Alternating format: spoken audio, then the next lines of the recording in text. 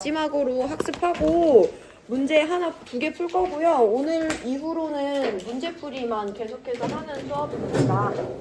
그럼 여태까지 배운 내용 같이 정리해보고 마지막 개념 배울게요.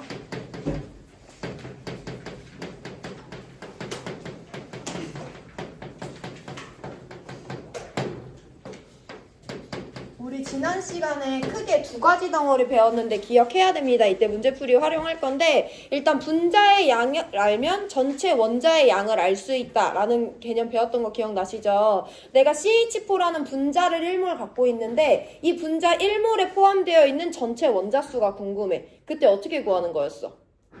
키워드가 뭐였어? 분자 구성 원자수 아니면 분자당 원자수였죠. 해서 분자에 포함되어 있는 전체 원자수를 알고 싶으면 우린 두 가지를 알아야 되는데요. 분자 구성 원자수 또는 분자당 원자수를 알고 거기다 내가 갖고 있는 분자수를 곱해줘야지 나는 전체 원자수를 구할 수 있었어. 만약에 CH4에 포함되어 있는 전체 원자가 아니라 특정 수소 원자의 개수만 알고 싶어도 분자당 H 원자수에다가 분자수라는 값을 곱해서 이 두 가지 값의 곱으로 우리 구할 수 있었거든요. 이게 우리가 지난 시간에 배운 첫 번째 덩어리입니다. 자, 두 번째는 오늘 문제풀이에도 계속 나올 건데요. 오늘도 한 번 더 살펴볼 건데 몰과 질량의 관계에 대해서 배웠습니다. 몰과 질량의 관계를 말로 풀어서 설명하면 물질 1몰의 질량은 그 물질의 화학식량에 g을 붙인 값과 같다는 거예요. 그래서 우리가 이거를 지난 시간에 공식 도입까지 했는데 공식 한 번만 더 연습하고 인지해보고 아보가드로 법칙으로 들어갈게요. 내가 원자량에 대한 정보를 안 줬는데 CH4라는 분자를 1몰 갖고 있는데 걔 16g을 차지한대. 몰과 질량 관계를 알려줬거든요. 이것만 보고도 우리 CH4의 화학식량 알 수 있어 없어? 있지. 물질 1몰의 질량은 그 물질의 화학식량에 g을 붙인 것과 같으니까 얘의 화학식량은 16이다 라고 설명할 수 있어요. 그럼 지난 시간 이해하고 있는 겁니다. NH3라는 물질이 있는데 얘 1몰이 17g을 차지한대. 우리 이것만 보고 NH3의 화학식량 알 수 있어 없어? 있어. 얼마야? 17인 거잖아. 내가 H2라는 애를 2몰만큼 갖고 있는데 걔가 36g을 차지한대. 우리 이거 보고 H2의 화학식량 알 수 있어 없어? 있어. 얼마야? 36이 아니라 18이죠. 물질 1몰이 차지하는 질량이 화학식량이기 때문에 화학식량 18이라는 거 설명할 수 있거든요. 그래서 우리 지난 시간에 어떻게 일반화 시켰냐면 어떤 물질의 화학식량은 그 물질의 질량을 몰수로 나눠주면 된다라고 구했었죠.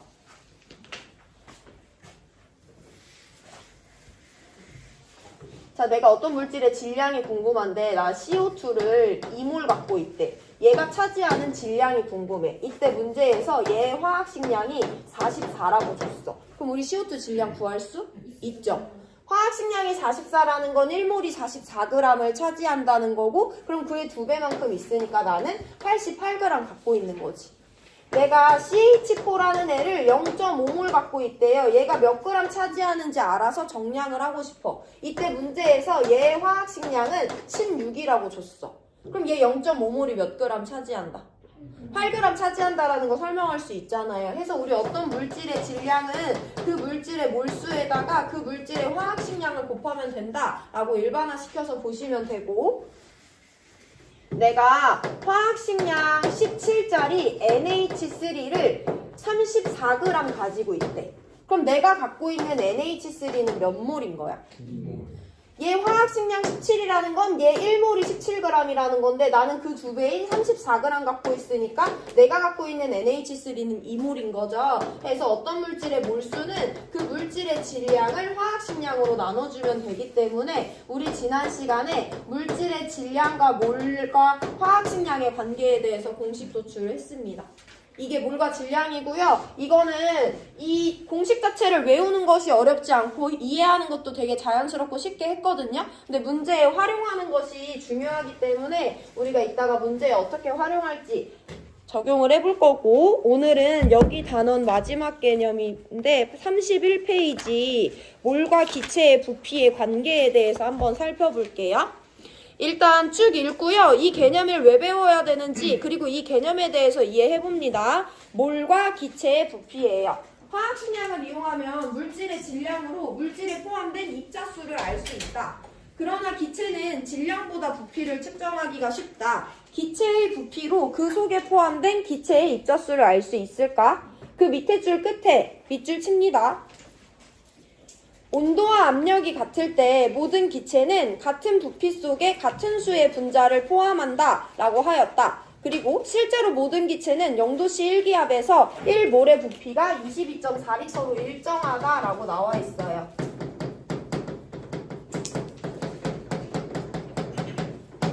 여기 부분을 이해해 볼 건데 우리 지난 시간에 몰과 질량의 관계에 대해서 배웠지. 그 두 개의 관계 왜 설명했었어야 됐어? 내가 실험을 할 건데 정량이 중요해. 나 물질 1몰 필요해. 1몰 셀 수 있어? 없어? 없어. 그럼 뭐를 알고 있으면? 1몰이 차지하는 질량을 알면 저울에다 간단하게 측정을 할 수 있었죠. 그럼 그거면 이제 물질 정량 끝난 것 같은데 오늘 또 누구와 누구의 관계를? 몰과 기체의 부피의 관계를 우리가 이해해야 돼요. 천천히 설명해 드릴게요. 그럼 얘네들의 관계를 왜 또 설명해야 되는지 이해를 해야 되잖아. 내가 예를 들어서 CO2 기체를 가지고 실험을 할 건데 나 이번 실험할 때 얘 2몰이 필요해요. CO2 화학식량 44거든요. 그럼 나 얘 몇 그램 측정하면 88g을 측정해서 실험에 사용하면 정량 실험을 할 수 있는 거잖아. 그래 내가 저울을 준비해가지고 여기다 CO2 기체를 하나 둘 차곡차곡 쌓을 거야. 몇 그램이 될 때까지? 88g이 될 때까지. 이거 가능해? 불가능해? 이게 자연스럽니 안 자연스럽니? 기체를 내가 여기다 하나 둘 쌓을 거야. 기체는 가만히 있어 안 가만히 있어? 안 가만히 있어. 계속 공기 중으로 확산되어 나가잖아요. 해서 웬만한 실험기구를 가지고는 기체 상태의 물질의 질량을 측정하는 것은 어려워요. 거의 불가능합니다. 정밀한 실험 도구가 있지 않는 한. 근데 우리는 이 물질 2몰을 딱 측정을 해야 돼. 근데 질량이 안 돼. 그럼 2몰을 다 세야 되는데 2몰을 셀 수는 절대 없잖아. 그래서 얘를 정량하는 또 다른 방법을 생각했는데 기체는요. 질량은 측정하기가 어려워요. 계속 날아가지만. 근데 내가 만약에 간단하게 예를 들어서 누구를 갖고 있냐면 이렇게 생긴 피스톤을 갖고 있었대. 여기 CO2 기체통이 있었대. 내가 얘를 잡아 당겨가지고 여기 500ml까지 표시된 데까지 기체를 잡아 당겼어. 그럼 여기 내가 갖고 있는 CO2 기체가 500ml인 거잖아. 기체는요, 질량 측정은 상당히 어렵지만 부피 측정은 그렇게 어렵지 않거든요.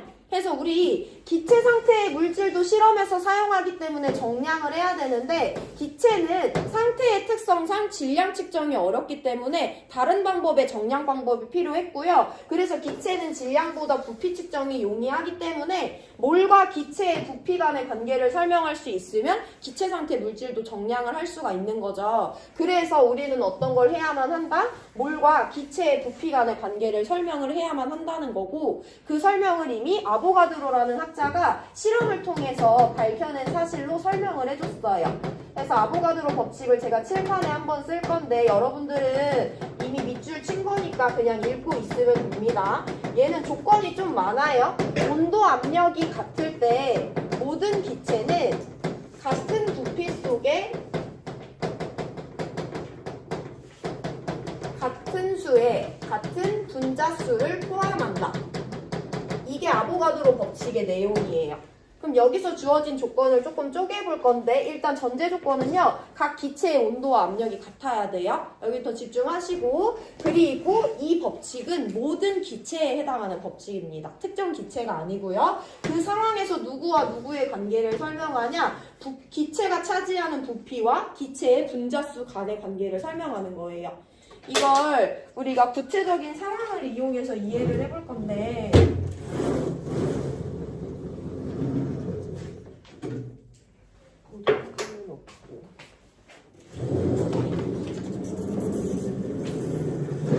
일단 아보가드로 법칙은 온도 압력 조건이 같아야 되거든요. 그래서 제가 어떤 상황을 가정을 할 거냐면 여기 0도씨 1기압 조건에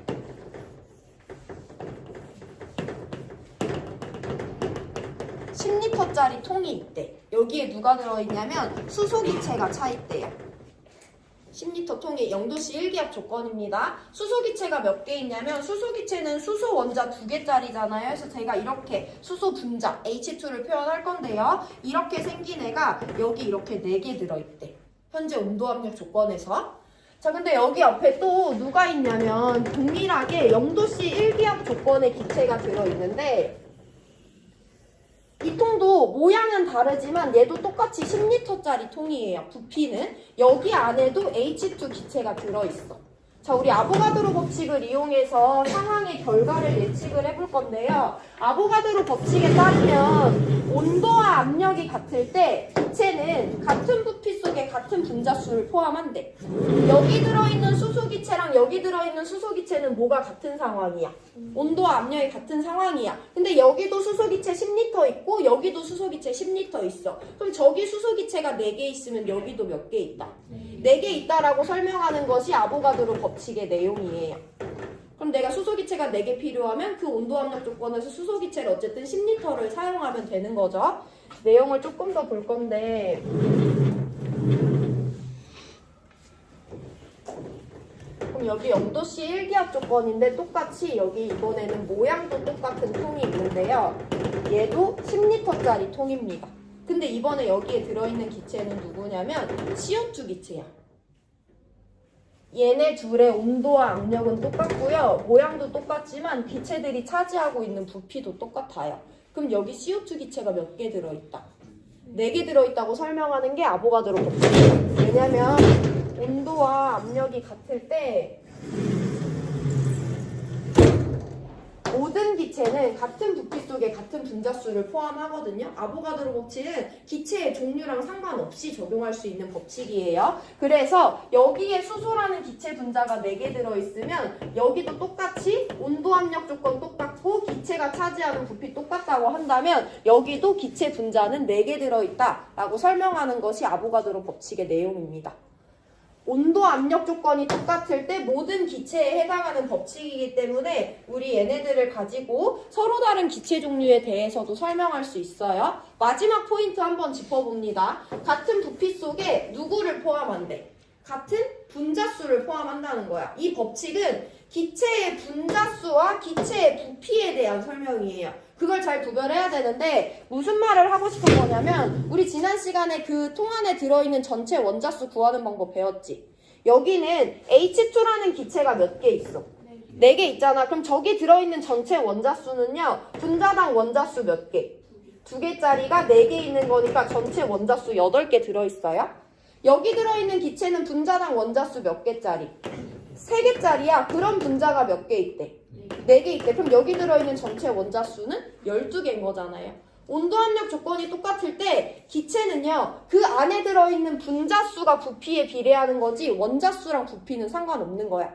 여기 원자 2개짜리 세트가 4개 세트가 있어요. 그럼 여기 3개짜리가 한 세트라고 했을 때 4세트가 있는 거야. 분자당 원자수 8개짜리도 여기는 4세트가 들어있는 거예요. 이 법칙은 기체의 분자수와 부피의 관계에 대해서 설명하는 것이 그 안에 들어있는 전체 원자수에 대해서 설명하는 법칙이 아닙니다. 그걸 잘 구별하셔야 되고 그럼 이제 조금 이 법칙에 대해서 깊이 있게 들어가 볼 건데 그럼 여기에 0도씨 1기압 조건에 5리터짜리 통 안에 수소 기체가 들어있대. 그럼 여기 수소 기체는 몇 개 들어있겠어? 2개지. 같은 부피 속에 같은 분자수를 포함해야 되니까 5리터에 H2가 2개 들어있으면 10리터에 2개 해서 4개 들어있는 것을 설명할 수 있잖아요. 해서 같은 부피가 아니라 부피가 다르다고 할 때 어쨌든 차지하는 부피와 분자의 수의 관계는 비례하는 관계가 된다라는 것을 설명할 수 있으면 됩니다. 그럼 내가 여기에 0도씨 1기압 조건에 20리터짜리 통에 CO2 기체를 가지고 있대. 20리터 통 안에 CO2 기체 몇 개 들어있겠어? 해당 온도 압력 조건에서 기체 분자 4개가 몇 리터를 차지하니까 10리터를 차지하니까 20리터 안에는 몇 개의 분자가 들어있다? 8개의 분자가 들어있다라고 설명할 수 있으면 아보가드로 법칙 이해한 겁니다. 자, 우리 그러면 이 개념들을 이제 어디로 넘길 거냐면 몰수를 살펴볼 거예요. 이 개념들을 가지고 우리 보통 화학 시간엔 개수를 다루지 않죠. 교과서를 보시면 나와 있는데요. 보통 0도씨 1기압 조건에서 기체는요. 1몰이 22.4리터를 차지합니다. 이런 값이 만약에 주어졌다고 해봐. 근데 0도씨 1기압 조건에서 내가 누구를 갖고 있냐면 수소기체 1몰을 가지고 있대. 그럼 내가 갖고 있는 수소기체는 몇 리터를 차지한다? 기체 종류랑 상관없으니까 22.4리터를 차지한다고 설명할 수 있죠? 동일하게 0도씨 1기압 조건인데요. 이번에 CH4라는 기체를 몇 몰 갖고 있냐면 0.5몰만큼 가지고 있어. 그럼 내가 갖고 있는 기체가 차지하는 부피는 몇 리터겠어? 11.2리터다라고 설명할 수 있으면 아보가드로 법칙 설명할 수 있는 거예요. 종류랑 상관없습니다. 동일하게 0도씨 1기압 조건인데 이번에 CO2 기체를 2몰만큼 가지고 있어요. 그럼 CO2가 차지하는 부피가 몇 리터다? 44.8리터다 라고 설명할 수 있는 거지.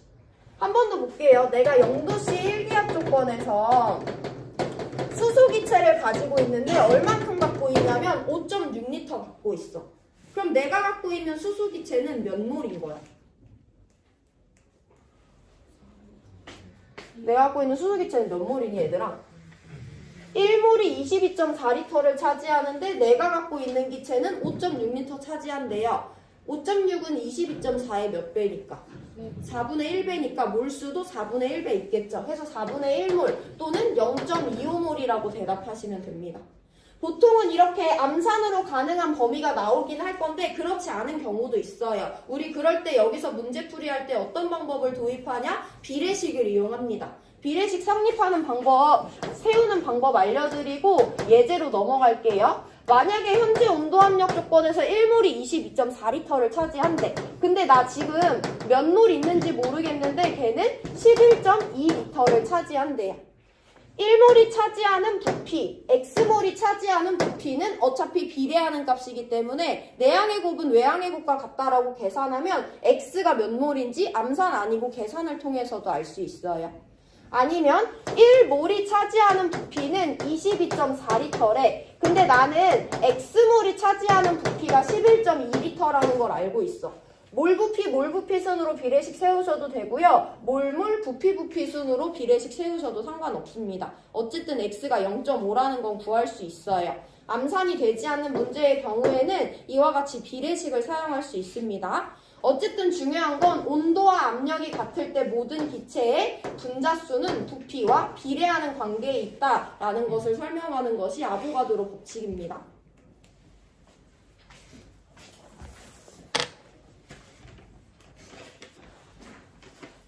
정리해보시고 자 우리 그러면 수능 특강 들어가기 전에 교과서 예제 하나랑 선생님이 내주는 문제 하나를 같이 풀어볼 건데 일단 교과서 31페이지에 확인 0,4번 풀어볼 거예요. 확인 0,4번 문제를 같이 읽고 분석해봅니다. 풀기 어려울 수 있어요. 확인 0,4번은요. 0도씨 1기압 조건에서 뷰테인이 29g 갖고 있대. 걔의 부피를 구해보래. 그럼 결국에 지금 문제에서 구하라는 게 뭐야 얘들아? 뷰테인의 부피를 구하라고 했지. 우리 기체의 부피를 구하려면 당연히 무슨 법칙을 사용해야 돼? 아보가드로 법칙을 사용해야 돼요. 우리가 배운 공식 중에 기체의 부피를 다루는 개념은 아보가드로 법칙밖에 없습니다. 그럼 얘의 부피를 구하려면 필시적으로 누구를 구해야 돼? 걔의 몰수를 구해야 되지. 원자수 아니고 질량 아니고 화학식량 아니고요. 그 분자가 몇 몰 있는지를 알아야 돼요. 근데 문제에선 뷰테인이 몇 몰 있는지 알려줬어? 몇 그램 있는지 알려줬어? 몇 그램 있는지 알려줬지. 그럼 얘를 누구 단위로? 몰 단위로. 질량을 몰 단위로 변환시켜줘야 돼요. 그럼 무슨 공식을 써야 되겠어? 화학식량을 이용한 질몰화 공식을 써줘야 되겠죠. 그래서 그 두 가지 개념이 모두 들어있습니다. 그래서 이 문제를 풀 때 알고 있어야 되는 개념을 카드로 드릴 건데요. 일단 현재 온도압력 조건에서 1몰은 22.4리터를 차지합니다. 그리고 탄소와 수소의 원자량은 각각 12와 1이에요. 이 조건이 주어졌다고 했을 때 확인 4번의 정답 한번 풀어보세요. 2분 드립니다. 기체의 부피를 구하래. 그럼 기체의 몰수를 알아야 돼. 근데 문제에서는 기체의 질량을 알려줬어요. 그럼 질량을 몰수로 바꿔줘야 돼. 그럼 질몰화 공식을 사용해야 됩니다.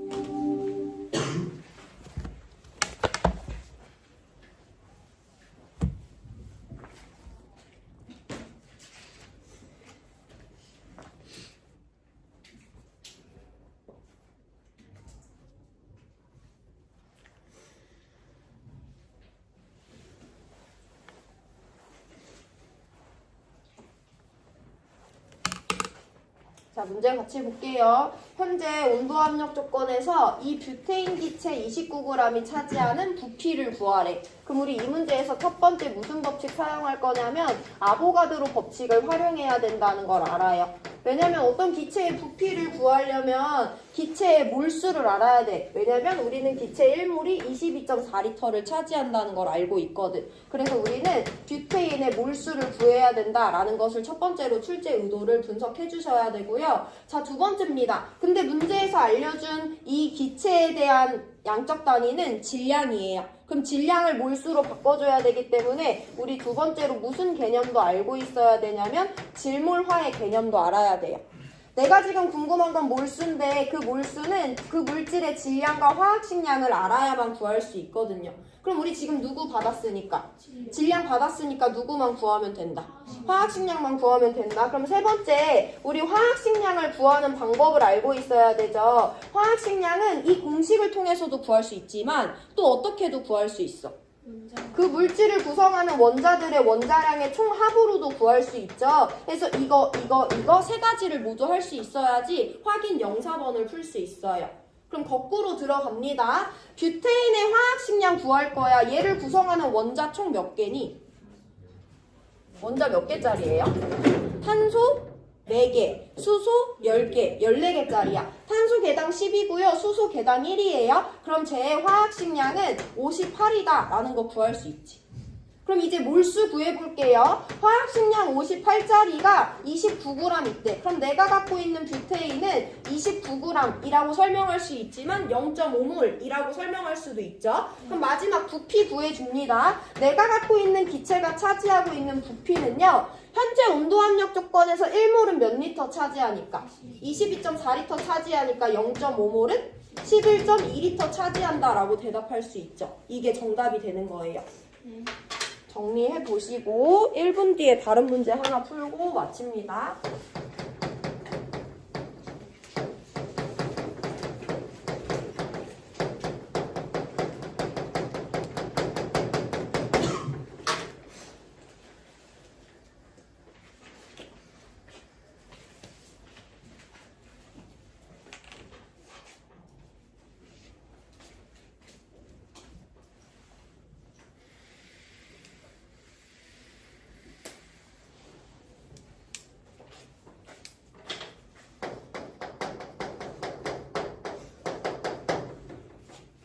자, 두 번째 문제는 지난 시간에 배운 개념을 확인할 수 있는 문제가 되겠는데요. 제가 CH4라는 분자를 32g 갖고 있대요.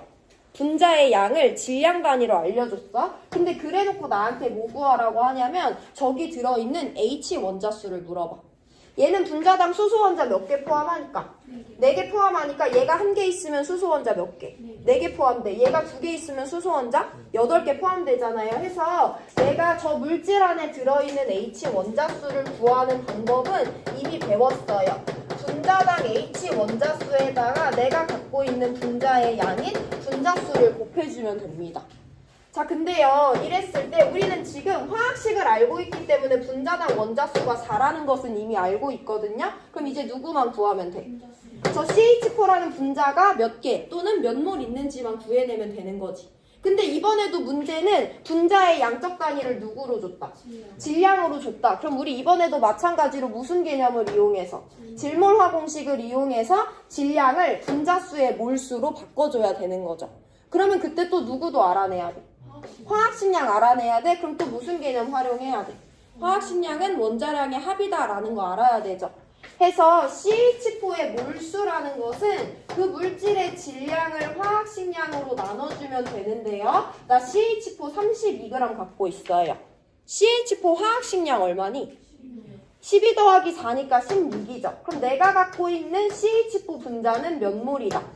2몰이다 라는 거 알 수 있어. 근데 나는 분자수를 구하는 것이 아니라 거기 포함되어 있는 H 원자수를 구해줘야 되기 때문에 분자당 H 원자수 4에다가 분자량 곱해서 8몰이다 라는 거 알아야 되죠. 여기서 정리해드릴 거는요. 어쨌든 우리가 앞으로 푸는 문제에서는 활용하는 개념이 거의 이 4가지밖에 없어요. 아보가드로 법칙 설명할 수 있어야 되고요. 질몰화 공식 사용할 수 있어야 되고요. 화학식량을 원자량의 합으로 구할 수 있어야 돼요. 그 안에 들어있는 전체 원자수나 특정 원자수는 분자당 원자수 개념을 이용해서 구할 수 있어야 됩니다. 이걸 할 줄 알아야 되고요. 이 문제를 풀 때 여러분들이 자주 하는 실수는 뭐냐면 우리가 이 문제를 풀 때도 질몰화 공식을 사용했는데 지금은 안 그럴 것 같지만 나중에 너네들이 뭐 하고 있냐면 어쨌든 H 원자수가 몇 몰인지 구하라고 했잖아. 그럼 나 H 원자수를 구해야 돼? 그럼 H 원자수의 몰수도 당연히 이 공식으로 구할 수 있지. 누구랑 누구를 안다면. 저기 들어있는 수소의 질량과 수소의 화학식량을 안다면 구할 수 있어요. 근데 우리가 받은 질량은 누구 질량이야? CH4 질량이잖아. 근데 너네들이 뭐 하냐면 H 원자수 구하라네. 질량 값은 CH4 질량 줬으니까 질량 칸에 CH4 넣고 H 구해야 되니까 화학식량에 H의 화학식량을 넣는단 말이야. 맞아 안 맞아? 안 맞는 거야. 내가 아니면 너네들 뭐 하냐면 CH4를 CH4 질량을 CH4 화학식량으로 나눠 놓고 그게 H 원자 몰수라고 설명한단 말이야. 맞아 안 맞아? 안 맞는단 말이야. 내가 H 원자의 몰수를 알고 싶으면 H 원자의 질량과 H 원자의 화학식량을 알아야 돼요. 근데 여기서 H 원자가 차지하는 H 원자의 화학식량은 줬지만 H 원자가 차지하는 질량은 안 알려줬잖아. 그럼 이걸 이용해서 질몰화를 쓸 거면 CH4의 질량을 알려줬기 때문에 얘를 누구로 나눠서 CH4의 화학식량으로 나눠서 누구의 몰수를 알 수 있는 거야. CH4의 몰수만을 알 수 있는 거거든요. 질몰화 공식을 활용할 때 내가 어떤 물질에 대해서 질몰화를 돌리고 있는지 항상 봐야 돼요. 문제를 열심히 풀었는데 정답이 숫자적으로 틀렸잖아? 그럼 보통 이런 실수하고 있는 거예요. 그래서 질몰화 공식 잘 사용해보시고 우리 수능 특강으로 넘어갈 건데요. 2분 시간 드릴 테니까 2점짜리 4번 문제 한번 읽어보세요.